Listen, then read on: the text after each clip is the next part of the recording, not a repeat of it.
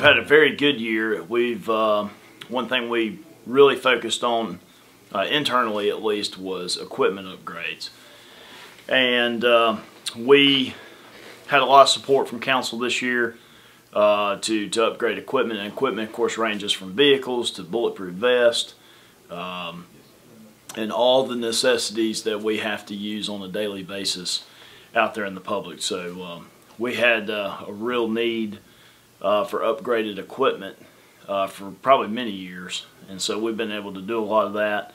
We inherited a lot of expired vests, for example, coming in, and a bulletproof vest is not cheap at all, and especially when you multiply that times 50 or 75.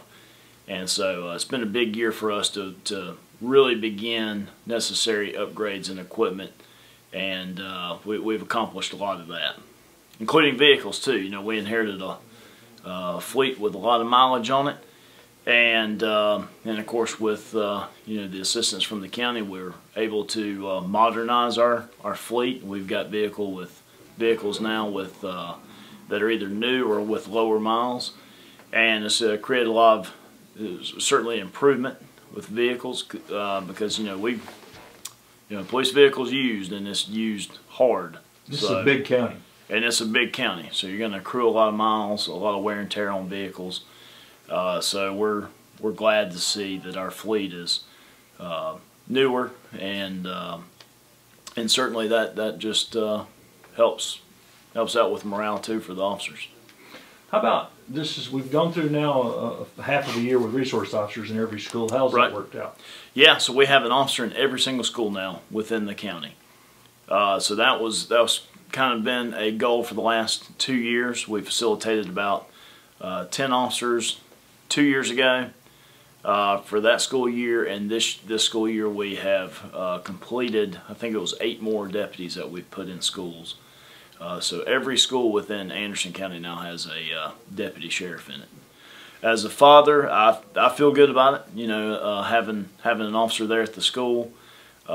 Obviously, schools are soft targets, and we want to protect our children, grandchildren, and so it's important that we have that layer of security there at every school. Certainly makes me feel better. You've been sheriff now for a couple of years, and how do you feel you're doing based on the goals and the objectives you had coming into office? I think we've pretty much fulfilled them. There's still a couple of certain positional things that we want to work towards. A lot of that, we have to ask for from county council. One thing that we're working on, hopefully that we'll implement this year or this coming year, is the Seniors versus Crime program. That's one of the things that we said we wanted to do, and we're still working our way towards doing that. And of course that will include another position. Of course every position you get, you also have to consider that you have to ask county council for those positions, and of course they have to be able to fund those positions. Explain what that is. Yeah, so you're talking about Seniors versus Crime. Yeah. So with the Seniors versus Crime program, Anderson County has a lot of seniors in Anderson County, a lot of senior citizens, and so we wanted to be proactive on interacting as a law enforcement agency, interacting with our senior citizens to provide, whether it's education opportunities, working with seniors and the programs that are already out there with seniors, and senior solutions, and church programs. Any way we can get out there, educate seniors, and provide them with whether it's information, literature, anything we can do to help them prevent them from becoming a victim of whatever that crime may be. And so we just want to get out there, be proactive with our seniors, and protect them and help protect them from becoming victims of really any crime. So that's going to be a position we look forward to implementing this year, and it's going to be probably a detective level position that somebody's going to not only investigate those types of crimes, but also work with seniors and senior groups. So we're excited about that. It's going to be a very interactive position. What are some other things coming up this year that y'all are looking forward to? Yeah, so obviously adding more manpower. This county's growing at an extremely fast rate. Call volumes have gone up drastically. It's incredible how much the call volume is these days. Just to give you an example, we probably average around 40 to 45,000 calls for service at dispatch, or 45,000 calls into the 911 center. Now some of them range, from an actual real emergency to stuff that probably should have been called the 411. And it's. Do you want to remind people? Yeah. Well, 911's very. So let me put it in perspective. If you have 12 dispatchers working the 911 center, and there's a wreck on Clemson Boulevard. Think about how many people are picking up the phone right around that wreck and calling into the 911 center. And so it can overwhelm 12 dispatchers very, very quickly. And so, imagine, just on a regular basis, those phones ringing all the time, and, and people are asking questions. They're calling about, maybe something that's not necessarily a crime.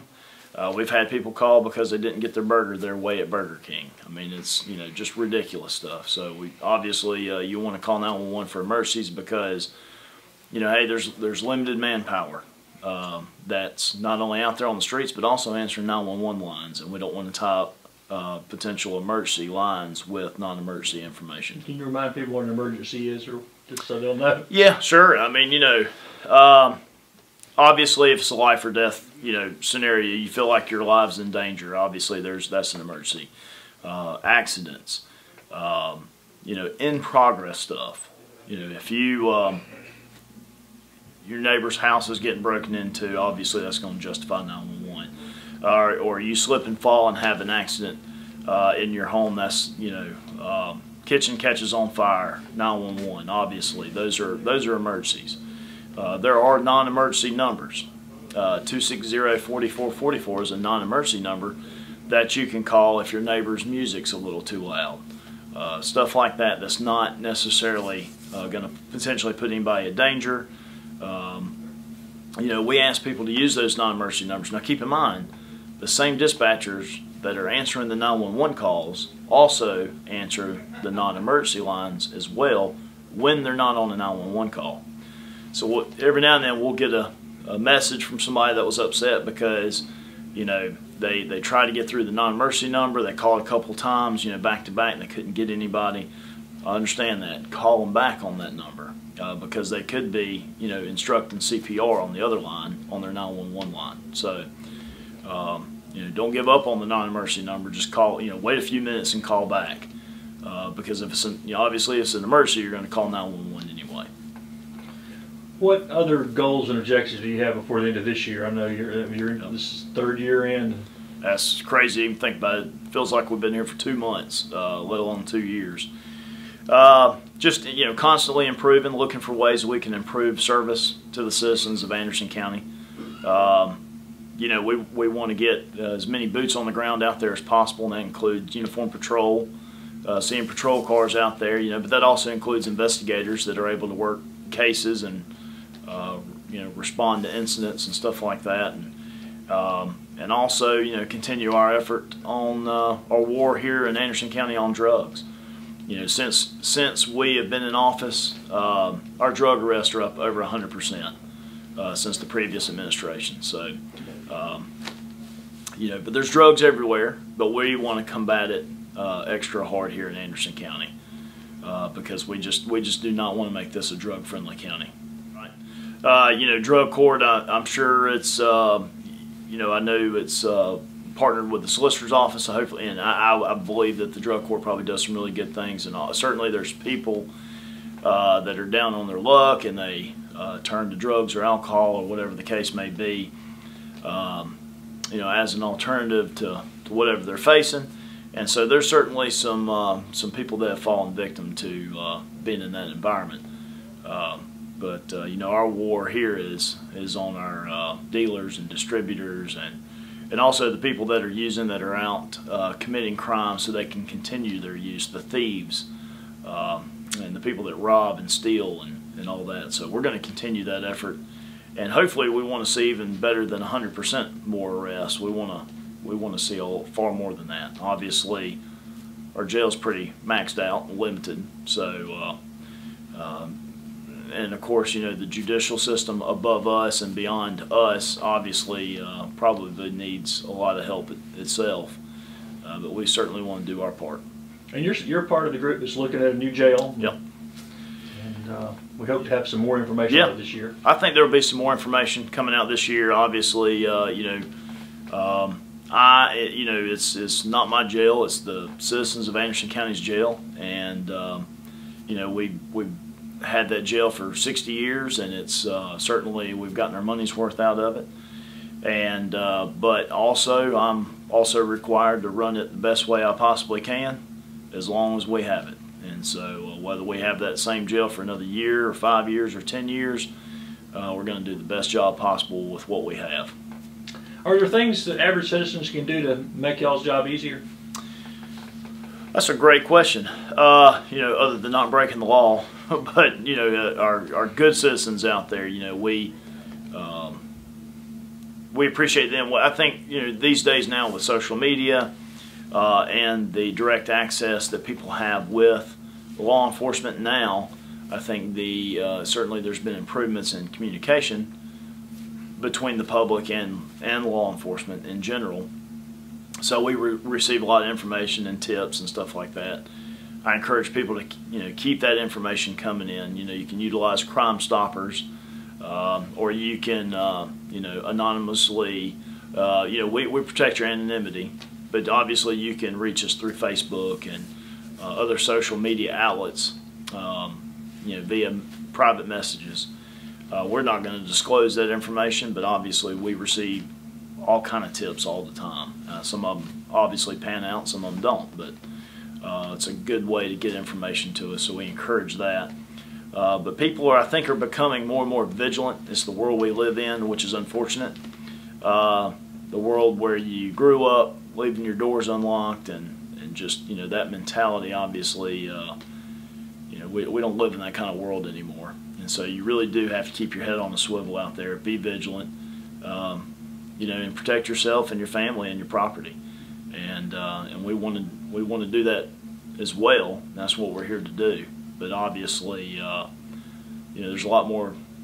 Unfortunately, there's a lot more bad folks out there than there are police officers. So we're grossly outnumbered, but we're here to serve and protect the best we can. And I guess finally, if people want to know more about what all is going on here, what are all the different avenues they can find out more about the Sheriff's Department? Sure. You know, hook up with us on social media. You know, we have Facebook and Twitter and Instagram and all that. We encourage you to utilize those sites. Obviously, there's such a huge flow of information back and forth. There's no way that's impossible that we can get every bit of information out. But that's a good way to stay connected.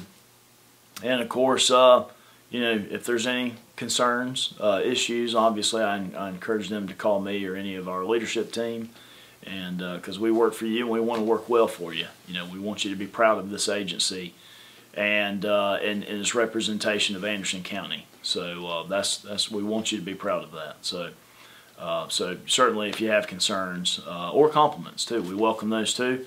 Being in law enforcement, I can tell you, it's nice to hear compliments. That's maybe something else the public can do when they see one of our guys or girls out there. Is you know, if they're doing a good job, compliment them, and because that certainly provides a lot of motivation for our officers when they know the public appreciates what they do. Because you know, no offense, but you know, we get a lot of flack from the media, so it's nice to hear from the citizens that they appreciate what we do, and that goes a long way with the deputies out there. You know, we have a website. The easy link to get to it is myacso.org, and my ACSO obviously for Anderson County Sheriff's Office.org. We obviously being a fairly large agency, we're kind of a mid-ranged size agency, but you know, considered large for the state of South Carolina.